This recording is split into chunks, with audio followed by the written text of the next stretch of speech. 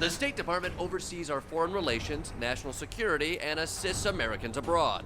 It was created way back in 1789, which is old. And our president likes things to be young, new, and lean. So he's trimming the fat. Trump has pledged to cut nearly a third of the department's budget because the president knows what's most important. Let me tell you, the one that matters is me. I'm the only one that matters because when it comes to it, that's what the policy is going to be. With Trump handling international diplomacy all alone, many career foreign service officers have left or been pushed out. And of the 152 key positions he should appoint, more than half are unfilled. But with Trump's tweets, who needs them? There are 41 embassies without confirmed ambassadors, and that's even in places where there are crises. No ambassador in South Korea, Saudi Arabia, in Turkey.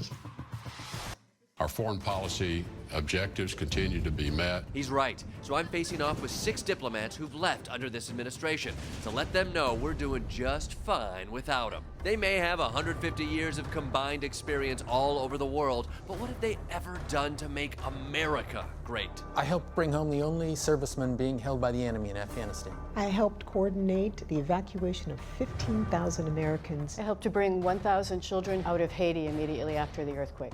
It feels a little bit like bragging.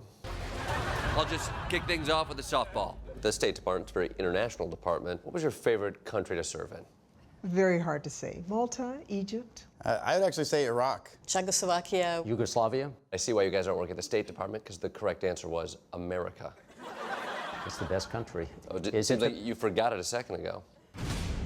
I don't know much about the State Department, except I know that it's fat, it's bloated.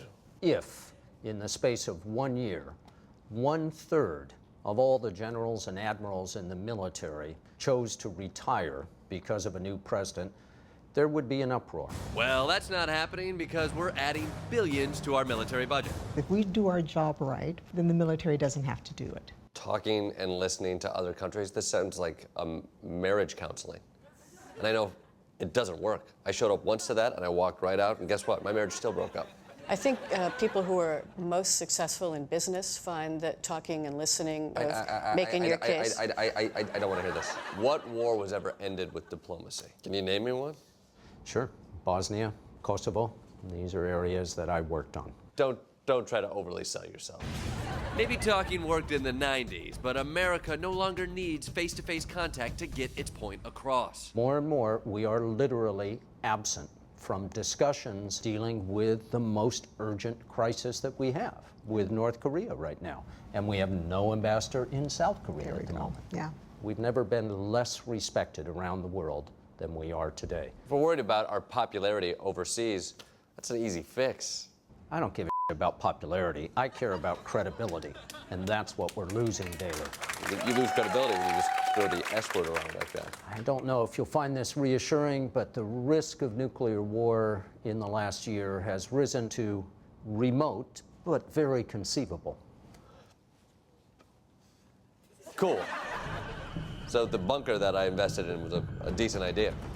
I'm not worried about North Korea's nukes because Trump's handling world affairs in the most modern way possible. This is what diplomacy looks like.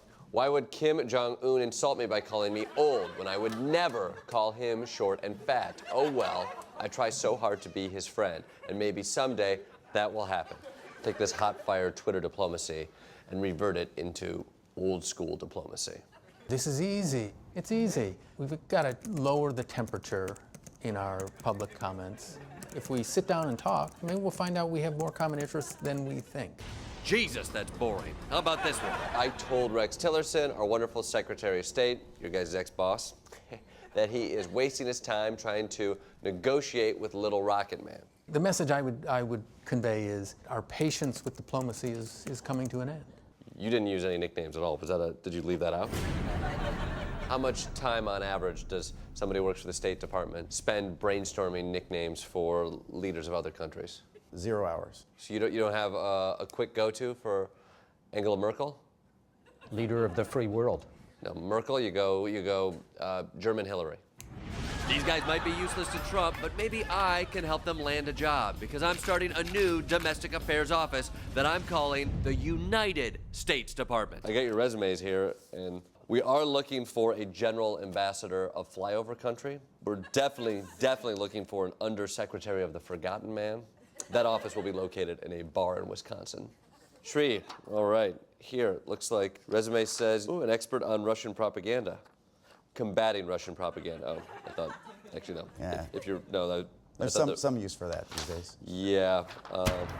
Megan, okay, spent time in Slovenia. I know their #1 export in Slovenia is models. I don't know if that's #1.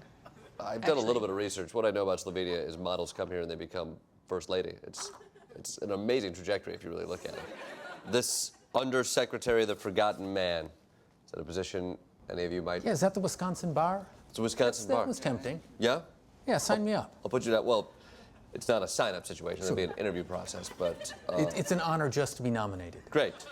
But I would say, Jordan, and I think I speak for everyone, you know, we spend most of our careers overseas working with non-Americans, but we all feel extraordinarily grateful for having had the opportunity we had. And so we don't get to say it to Americans very often, but thank you. Thank you. Yeah. You're welcome. Nice try, Kiss Up. Thank God we no longer have these people repping us overseas.